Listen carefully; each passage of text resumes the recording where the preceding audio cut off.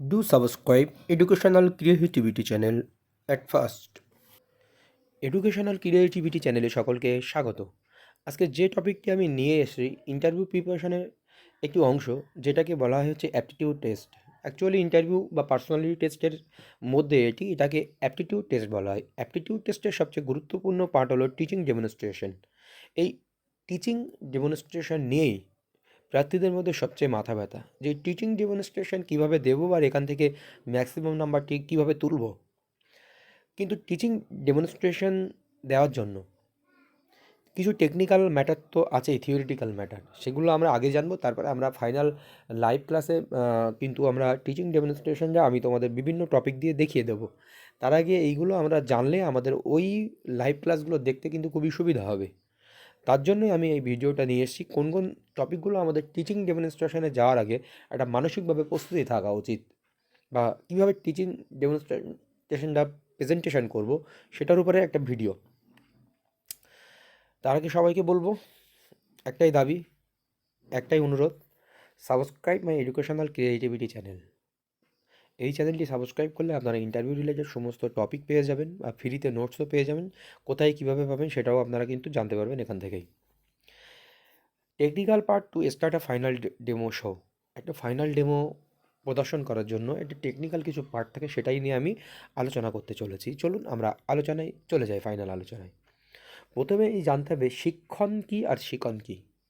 Teaching ডেমনস্ট্রেশনে যে দুটি part কিসের জন্য হচ্ছে, আমি পড়াচ্ছি, আমি শিক্ষণ বা টিচিং দিচ্ছি, আর লার্নিং কেউ শিখছে বা শিখন, সেটাই তো মূল কথা, তাই না? দুটো জিনিস এখানে, টিচিং আর লার্নিং। আমি টিচার হিসাবে যেটা পড়াচ্ছি সেটা টিচিং, আর যে আমার কাছ থেকে শিখছে সেটা হচ্ছে লার্নিং।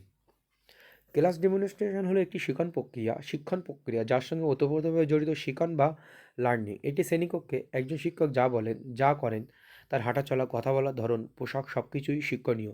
কারণ একটা স্টুডেন্ট অবশ্যই শিক্ষকের হাঁটাচলা, কথা বলা, আচার আচরণ, পোশাক পরিচ্ছদ কিন্তু অনুকরণ করতে থাকে, বা তার অবচেতন মনে কিন্তু সেটা প্রভাব পড়ে। শিক্ষার্থী দেখে, শোনে ও শেখে। এই বিষয়ে বিবেকানন্দের একটি বক্তব্য স্মরণীয়। একটু বিবেকানন্দের এই বিষয়ে একটি বক্তব্য আছে গুরুত্বপূর্ণ। No one was ever really taught by other, is has to teach himself. কেউ ওয়াজ এভার রিয়েলি, প্রকৃতপক্ষেই কারোর কাছ থেকে শেখে না। Is has to teach himself, তার প্রত্যেকেই নিজেরাই শেখে। অর্থাৎ একজন শিক্ষার্থী নিজেই নিজেকেই শেখায়, নিজেকেই শেখায়। শিক্ষক কেবল কতকগুলি শিখন উপাদানকে একত্রিত করে একটি শিক্ষাবিজ্ঞানসম্মত ও চিত্তাকর্ষক শিখন পরিবেশ সৃষ্টি করে দেয়। শিক্ষকের কাজ কোনো কিছুকে পুশ করে দেওয়া, বা একটা চিত্তাকর্ষক পরিবেশ তৈরি করা। শিক্ষার্থীরা নিজেরা নিজেই শিখবে, কারণ আমি জাস্ট একটা জিনিস বুঝিয়ে দিলাম, শিক্ষার্থীরা তার মনের মধ্যে কীভাবে সে অ্যাডাপ্টেশন করবে, কীভাবে সে অ্যাকোমোডেশন করবে, কীভাবে সে অভিযোজন করবে বা পরিমার্জন করবে, সেই শিক্ষার্থীর ব্যাপার, বা কীভাবে সে তারপরে সেটাকে সংরক্ষণ করবে, সেটা একটা শিক্ষার্থীর ম্যাটার। সেই জন্য এই কথাটি খুবই গুরুত্বপূর্ণ। যেমন অনুকূল প্রাকৃতিক পরিবেশ পেলে বীজের ভিতরকার সুপ্তভ্রূণ জাগ্রত হয়ে চারাগাছ বিকশিত হয়, তেমনিভাবেই মানব শিশুরও সর্বাঙ্গীন বিকাশ ঘটে। একেই বলা হয় শিক্ষণ। অনুকূল পরিবেশ আর শিখন হচ্ছে বিকশিত হওয়া। একটা চারাগাছ যদি অনুকূল পরিবেশ পায় তাহলে সে বাড়তে থাকে, আর একটা চারাগাছ যদি অনুকূল পরিবেশ না পায় তাহলে সে কিন্তু ভালো বাড়ে না, প্রতিকূল পরিবেশ পায়। তো এটা এখানে বলা হয়েছে। এই হচ্ছে শিখন আর শিক্ষণ। এবার চলে আসি কি points of a good demonstration.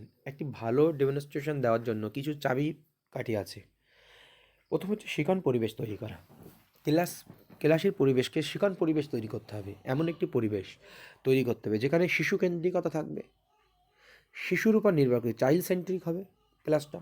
শিশুর সঙ্গে কথাবার্তা, যা কিছু শিশু কোন জায়গায় দাঁড়িয়ে আছে, সে বাইরে থেকে, সমাজ থেকে বা পরিবার থেকে কী শিখে এসেছে, বা স্কুলে কী রিপ্রেজেন্ট করছে, সেটার উপরে ভিত্তি করেই যেতে হবে। যেমন সে চলতি ভাষায় বিভিন্ন রকম কথা বলে। আমরা জানি প্লেট, থালা। ও দেখা যাচ্ছে স্কুলে স্যার বাসন কথাটা ইউজ করছে, বাসন বলে দেখবা। এই বাসন কথাটি নিয়েই কিন্তু ওটাকে থালা, বা ওটা যে প্লেট, সেটাকে ওর বোঝাতে হবে। আমি কি বলতে চাইছি বোঝা গেছে? সে যেটা যেভাবে চেনে তাকে সেটা সেইভাবে অ্যাটাক করে এখানে পৌঁছাতে হবে। আমাদের নির্দিষ্ট স্তরে। সক্রিয়তা থাকতে হবে, শিশুদের সঙ্গে অ্যাক্টিভ থাকতে হবে, অ্যাক্টিভিটি বেস কাজ করতে হবে, শৃঙ্খলা স্থাপন করতে হবে, শৃঙ্খলা স্থাপন করতে হবে, শিশু কেন্দ্রিকতা রাখতে হবে আর সক্রিয়তা রাখতে হবে। তাহলে একটি সুন্দর শিখন পরিবেশ কিন্তু তৈরি করা যাবে।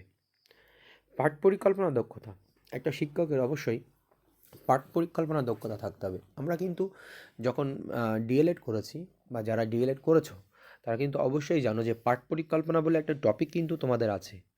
সেখানে হচ্ছে অনুপাট্টিকা থাকে আর ব্যাপক পাট্টিকা বা বৃহৎ পাট্টিকা থাকে, যেটা 40 মিনিটে পড়াতে হয় আর একটা 5 থেকে 6 মিনিটে পড়াতে হয়। তো ঠিক আমার ডেমনস্ট্রেশনটা 5 মিনিটের পড়ানো হয়, এরকম একটা ব্যাপার। তো আমি অনুপাট্টিকার মতো করে সুন্দর করে একটা সাজিয়ে নেব যে পাঠ পরিকল্পনা কীভাবে উপস্থাপন করব, কীভাবে পূর্বপাঠের পুনরালোচনা যাব, কীভাবে পাঠে অবতরণ করব, কীভাবে মূল্যায়ন করব, সেইভাবে একটা পাঠে করব। কিন্তু একটা জিনিস মনে রাখতে হবে যে ইন্টারভিউ বোর্ডে যেদিন ইন্টারভিউ দিতে যাবেন এক্সামিনাররা কিন্তু বেশি সময় দেবে না। ওখানে তুমিই সেরা। তুমি ওই 5 মিনিটের মধ্যে কীভাবে নিজের সেরাটা রিপ্রেজেন্ট করবে নিজেকে দেখাতে হবে। কারণ ওখানেই ওনারা তোমাকে চেনে না, কোনো দিন দেখেনি। তোমার ওই 2 মিনিট 3 মিনিটই তারা চিনবে যে হ্যাঁ, এ প্রাইমারি শিক্ষক হিসাবে যোগ্য বা ছাত্রছাত্রীদের জন্য পড়ানোর যোগ্য অ্যাজ এ প্রাইমারি টিচার। সেইটা কিন্তু তোমাকে তুলে ধরতে হবে, সে যে করে হোক। সেই কোয়ালিটিটা তোমার মধ্যে থাকতে হবে। তারপরে তুমি কিন্তু 10-এর মধ্যে 7, 8, 9 এরকম একটা মার্কস তুলতে পারবে। Total personality test plus aptitude test. এবার আসি পাঠ অবতারণের দক্ষতা। শিক্ষার্থীদের কীভাবে পাঠের মধ্যে মনোনিবেশ করা হবে সেই দক্ষতা কিন্তু একটা শিক্ষকের থাকা অবশ্যই প্রয়োজন। সেটা কি? পূর্বপাঠের পুনঃ-আলোচনা। তুমি যে টপিকটা পড়াতে চাইছো সেই টপিকের উপর আনুষঙ্গিক কোনো একটা কথা বলে পাঠে ঢুকে যাও। ওখানে কিন্তু সময় দেবে না পাঠ অবতারণের কথা। তুমি কীভাবে পড়াবা বাবা সেটা দেখাও। সেটা আমার ভেবে যেতে হবে। বিভিন্নভাবে আমাকে ভেবে যেতে হবে। তুমি এখানে জায়গায় বসেই তুমি কীভাবে পড়াবা একটু শুনিয়ে দাও। সেটাও তোমাকে ভেবে যেতে হবে যে এই টপিকটা জায়গায় বসে আমি কীভাবে বাচ্চাদের পড়াবো সেটাও যাতে বলা যায়। উপস্থাপন দক্ষতা, প্রেজেন্টেশন, যেটা 2য় নম্বর স্টেজ। কীভাবে আমি আমার টপিকটা ছেলেমেয়েদের কাছে রিপ্রেজেন্ট করব সেটাই বলছি উপস্থাপন দক্ষতা। উপস্থাপন দক্ষতা খুবই ভালো হওয়া দরকার। এই উপস্থাপন দক্ষতা ভিত্তি করে কিন্তু একটা বাচ্চা, একটা শিশু বা ছাত্র বা ছাত্রী শিখবে কিন্তু তোমার নিকট থেকে। সেই জন্য উপস্থাপন দক্ষতা খুবই গুরুত্বপূর্ণ এখানে। এবার আসছে সঠিকভাবে ব্ল্যাকবোর্ড বা কৃষ্ণফলক ব্যবহার। ব্ল্যাকবোর্ড কীভাবে ব্যবহার করবো এটা ভাইটাল জিনিস। একটা ক্লাসে পড়ানোর জন্য ব্ল্যাকবোর্ড খুবই গুরুত্বপূর্ণ। ব্ল্যাকবোর্ড যদি আমরা সঠিকভাবে ব্যবহার না করতে পারি সেখানে কিন্তু আমাদের মাইনাস পয়েন্ট। এবার ব্ল্যাকবোর্ডটা ব্যবহার করার জন্য সবচেয়ে মনে রাখতে হবে, আমরা যখন ব্ল্যাকবোর্ডটা ব্যবহার করব, ব্ল্যাকবোর্ডে পিছন ফিরে লিখব না বাচ্চাদের দিকে পুরোপুরি। আমরা ওখানে মোটামুটি একটা অ্যাঙ্গেল তৈরি করে রাখবো। মোটামুটি একটা 60 ডিগ্রি বা 70 ডিগ্রি অ্যাঙ্গেলে রাখবো, যেটা বাচ্চা আমার মুখের কিছু অংশ দেখতে পায় আর আমার বোর্ডের দিকে কিছু অংশ মুখ থাকে। মাঝে মধ্যে তো আমার দেখতে হবে পুরোটা, সেই দিকে কিন্তু আমার নজর রাখতে হবে। আর হাতে ডাস্টার থাকবে, ডান হাতে লিখছি আমি, বাঁ হাতে ডাস্টার থাকলো। আর যেটা লিখব সেটা লেখার সময় অবশ্যই কিন্তু আমি সেটা মুখে বলবো জোরে জোরে, মানে সমস্ত বাচ্চারা যেন শুনতে পায়। আর লেখা হচ্ছে পরিষ্কার হতে হবে, ক্লিয়ার কাট লেখা হতে হবে। আর জোরে জোরে উচ্চারণ করব, স্পিকারে জোরে জোরে উচ্চারণ করব। আর লেখাগুলো যেন অবশ্যই বাচ্চারা পড়ে অনুধাবন করতে পারে, এটা সবচেয়ে বড় জিনিস। আর লেখা সবসময় বড় বড় হতে হবে, এইগুলো মাথায় রাখতে হবে। আর লেখার সময় মনে রাখতে হবে মাত্রাগুলো যেন ঠিক থাকে, মাত্রাগুলো যেন ঠিক থাকে। এটাও কিন্তু খুবই ভাইটাল জিনিস ব্ল্যাকবোর্ডে লেখার সময়। সেটা ইন্টারভিউ বোর্ডেও ব্ল্যাকবোর্ডে লেখার সময় সেটা খেয়াল রাখতে হবে, এই কটা জিনিস। এবার আসি প্রশ্নকরণের দক্ষতা। আমি এমন প্রশ্নকরণ, একটা শ্রেণীতে যে পড়াশোনার উন্নতি হচ্ছে বা ছেলেমেয়েরা শিখছে তার অন্যতম উদাহরণ হচ্ছে প্রশ্নকরণের দক্ষতা।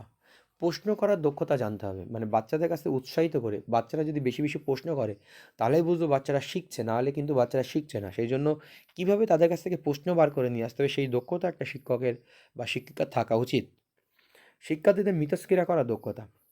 মিথস্ক্রিয়া, ইন্টারেকশন, শিক্ষার্থীদের সঙ্গে আরেকটা শিক্ষার্থীদের মধ্যে সংযোগ স্থাপন বা শিক্ষকের সঙ্গে অন্যান্য শিক্ষার্থীদের মধ্যে মিথস্ক্রিয়া করার দক্ষতা বা মিশে যাওয়ার দক্ষতা, সেটা থাকতে হবে কিন্তু। একটা টপিক নিয়ে সমস্ত শিক্ষক এই শিক্ষার্থীদের মধ্যে গ্রুপিং করে আলোচনা হলো, শিক্ষক সেখানে মত বিনিময় করলো, শিক্ষার্থীরা মত বিনিময় করলো, এ গ্রুপ থেকে একটা মত আসলো, বি গ্রুপ থেকে একটা মত আসলো, এই সব মিলেমিশে একটা মিথস্ক্রিয়া করে শেখার কথা এখানে বলা হচ্ছে।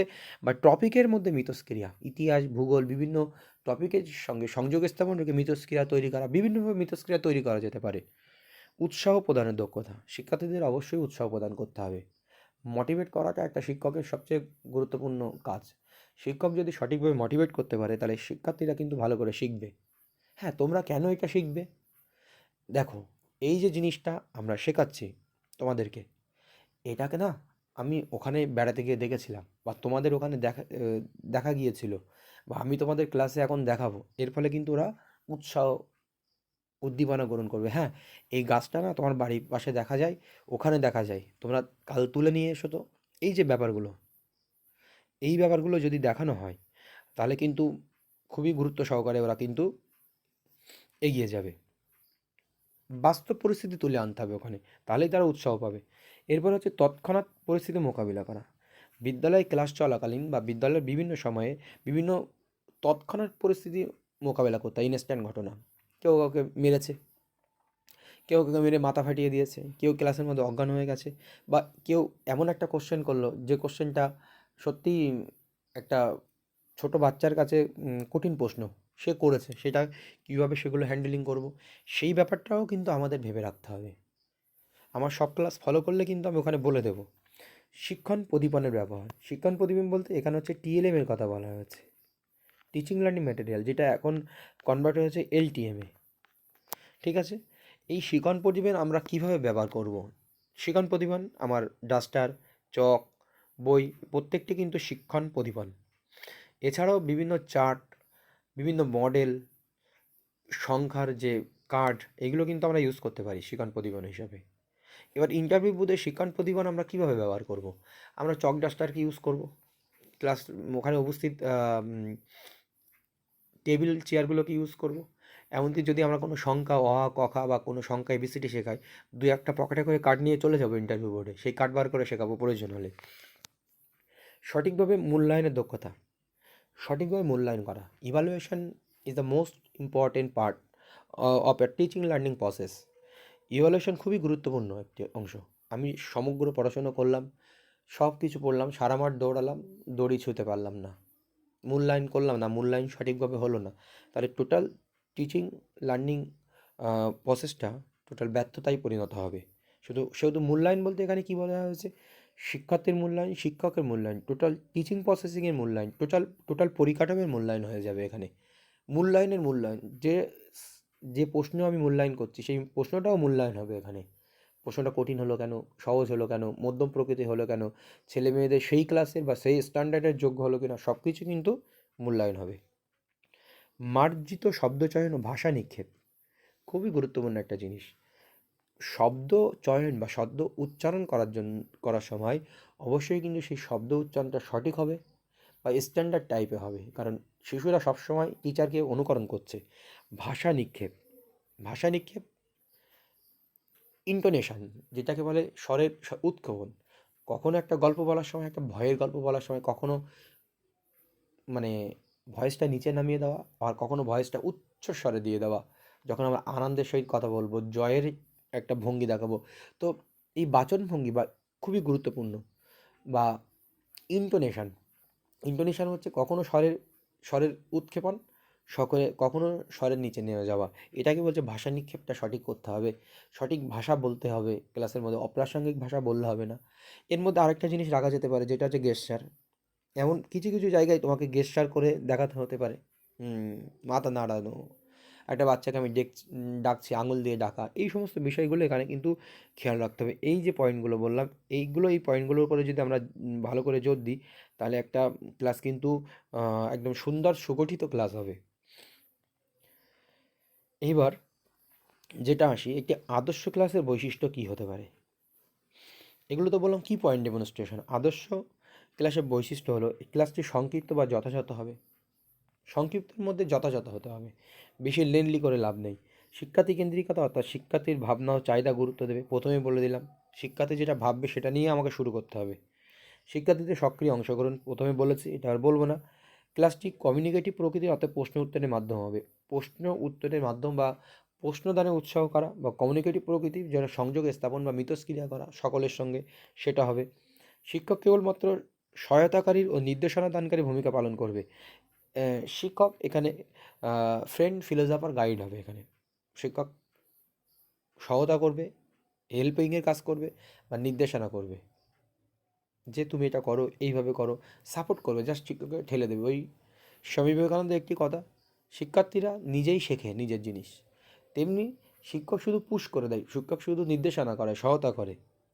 শিক্ষকের আচরণ ও বাচনভঙ্গি অনুকরণ, অবশ্যই আচরণ বাচনভঙ্গি, ইন্টোনেশনের কথা এক্ষুনি বললাম, ইন্টোনেশন, ইন্টোনেশন, INTONATION, ইন্টোনেশন।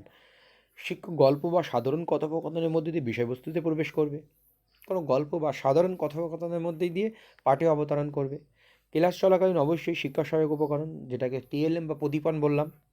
তিরস্কার বা শাস্তিদান থেকে বিরত থাকবেন, অবশ্যই তিরস্কার বা শাস্তিদান খুবই একটা ভাইটাল পয়েন্ট প্রাথমিক বিদ্যালয়ের ক্ষেত্রে। এখানে বলছে কিছু কিছু সময় তিরস্কার পজিটিভ হয়ে দেয়, পজিটিভ রিইনফোর্সমেন্ট হিসেবে কাজ করে, শাস্তিদান বা তিরস্কার।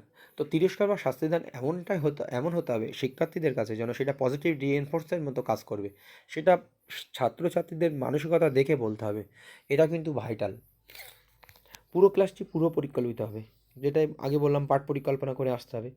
একটি ভালো শিক্ষকের গুণ কী হতে পারে? তার IQ 110 হওয়া উচিত, সেটা পরের ব্যাপার। IQ নিয়ে এটা থিওরিটিক্যাল ম্যাটার, মুখস্থ রাখার দরকার নেই বা জানারও দরকার নেই। পোশাক আচরণ মার্জিত হবে, অবশ্যই একটা শিক্ষকের পোশাক আচরণ মার্জিত হবে বা সে পরিষ্কার পরিচ্ছন্ন হবে। কারণ সবসময় একটা শিক্ষার্থী একটি শিক্ষককে সর্বদা অনুকরণ করে চলেছে। গলার স্বর ও বাচনভঙ্গি আকর্ষণীয় হবে, গলার স্বর বা বাচনভঙ্গি যেটা ইন্টোনেশন সর্বদা একটি আকর্ষণীয় তৈরি হবে, যেটা অবশ্যই একটি শিক্ষার্থী অবশ্যই একটি শিক্ষককে অনুকরণ করতে পারে বা শুনতে ভালোবাসে। আমি যে কথাগুলো বলছি কখনো দেখছো তোমরা বা শুনছো, একটা কখনো বাড়িয়ে বলছে, একটা নামিয়ে বলছে, কিন্তু সহিষ্ণু ও ছাত্র দরদি হওয়া প্রয়োজন, অবশ্যই ধৈর্যশীল হতে হবে। প্রাথমিক বিদ্যালয়ের তুমি শিক্ষক বা শিক্ষিকা হবে, তুমি ধৈর্যশীল হবে না এটা হতে পারে, সহিষ্ণু হবে না এটা হতে পারে, অবশ্যই ধৈর্যশীল হতে হবে। বাচ্চারা বিভিন্ন রকম কাজ করবে, প্রাক প্রাথমিকে গেলে, শিশু শ্রেণীতে গেলে হতেই পারে একটি শিশু হচ্ছে প্যানে টয়লেট করে ফেলেছে, সাবধানে কাজ করতে হবে। একটা বাচ্চা বারবার ডিস্টার্ব করবে, একটা বাচ্চাকে মারলেন, গার্জিয়ান আসবে, ঝামেলা করবে, সেরকম বিভিন্ন জায়গায় ধৈর্য রাখতে হবে প্রাইমারি স্কুলে কাজ করার জন্য। স্যার আমার প্যান্টটা খুলে যাচ্ছে, ঠিক করে দেন, বলবে। ছাত্র দরদি হওয়া প্রয়োজন, অবশ্যই ছাত্রদের প্রতি দরদি হতে হবে, ছাত্রদের ভালোবাসতে হবে। এটা তো শুধু প্রাথমিক বিদ্যালয়ে সবচেয়ে এটা গুরুত্বপূর্ণ, সব জায়গায় গুরুত্বপূর্ণ, কিন্তু প্রাথমিক বিদ্যালয়ে সহিষ্ণুতার প্রয়োজন সবচেয়ে বেশি। বিষয়ভিত্তিক জ্ঞান থাকা প্রয়োজন, অবশ্যই একটা শিক্ষকের সবচেয়ে প্রয়োজন সাবজেক্টের যে জ্ঞান। তারপরে তুমি যে ডেমোটা দিচ্ছ সেই ডেমো থেকে যা ক্রস কোশ্চেন হবে বা ডেমো থেকে কী ধরনের প্রশ্ন হবে বা কী আনুষঙ্গিক প্রশ্ন করতে পারে, সেটাও তোমাকে রেডি হয়ে যেতে হবে বা তোমার সাবজেক্ট সম্পর্কে সঠিক জ্ঞান থাকতে হবে। শিক্ষার্থীদের প্রেরণা দান বা মোটিভেট করা ক্ষমতা থাকতে হবে। প্রেরণা দান বা মোটিভেট, যেটাকে বলছি উৎসাহ দান করা, শিক্ষার্থীকে অবশ্যই উৎসাহ দান করার দক্ষতা একটি টিচারের মধ্যে থাকতে হবে, নাহলে কিন্তু সেটা পুরো প্রসেসিং ব্যর্থ। কেন বলবো? শিক্ষার্থী উৎসাহ ছাড়া কিছু শিখতে পারবে না, তার মধ্যে আনন্দ হবে, পড়ানো দেখে শিক্ষার্থী মনে মনে আনন্দ করবে, না ভাল লাগছে, এ পড়াচ্ছে, তাই পড়াচ্ছে, ওই পড়াচ্ছে। বা একটু আগেই বললাম তো, বাস্তব উদাহরণ দেন, হ্যাঁ জানো আমি এটা দেখে এসেছি। যেমন ক্লাস 4-এ কোণারকের সূর্য মন্দির, নাজমার কোণারকের সূর্য মন্দির বেড়াতে যাওয়া। তো আমি কোণারকের সূর্য মন্দিরটা যদি এইভাবে বোঝাই, জানো আমি এরকম পুরী বেড়াতে গেছিলাম, কোণারকের সূর্য মন্দির দেখে এসেছি, কোণারকের সূর্য মন্দির দেখে আসার পরে ওখানে এই রথের মতো দেখতে, এই চাকা ওই চাকা, ওরা কিন্তু আকর্ষিত হবে। বা তুই কে কে গিয়েছিলে, বা তুমি বাস্তব উদাহরণ দিয়ে কোনো কিছু দিয়ে তাকে মোটিভেট করো, প্রেরণা দাও, উৎসাহিত করো। এই হচ্ছে একটা ডেমনস্ট্রেশন দেওয়ার জন্য একজন ইন্টারভিউয়ের প্রার্থীকে, যে ইন্টারভিউ দিতে যাবে এই প্রাথমিক শিক্ষকতার জন্য, তাকে কিন্তু এইগুলো অবশ্যই জানা দরকার, বা এই পয়েন্টগুলোর উপরে সে যদি জোর দেয় তাহলে কিন্তু তার খুবই খুবই উপকার হবে বা সে এক স্টেপ এগিয়ে যাবে। আর আমার ক্লাসটা অবশ্যই ধৈর্য দিয়ে যারা শুনেছে তাদের অবশ্যই উপকার হবে। তাহলে শেষেই একটা কথা বলতে হয়, কী বলতে হয়, আমার চ্যানেলে নতুন হলে অবশ্যই চ্যানেলটি সাবস্ক্রাইব করে বেল আইকনটি প্রেস করে পাশে থাকো। সবার আগে নোটিফিকেশান পেয়ে যাবেন। আর ইন্টারভিউ রিলেটেড সমস্ত নোটস বা যা কিছু আমি দিয়ে দেবো সম্পূর্ণ বিনামূল্যে। শুধু আমার ইউটিউবে আমার সঙ্গে থাকবেন, লাইক করবেন, কমেন্ট করবেন, শেয়ার করবেন। তাহলে আপনাদের জন্য আমি উৎসাহিত হয়ে আরও নোটস বানাবো, আরও তথ্য দেবো। ধন্যবাদ আজকের মতো।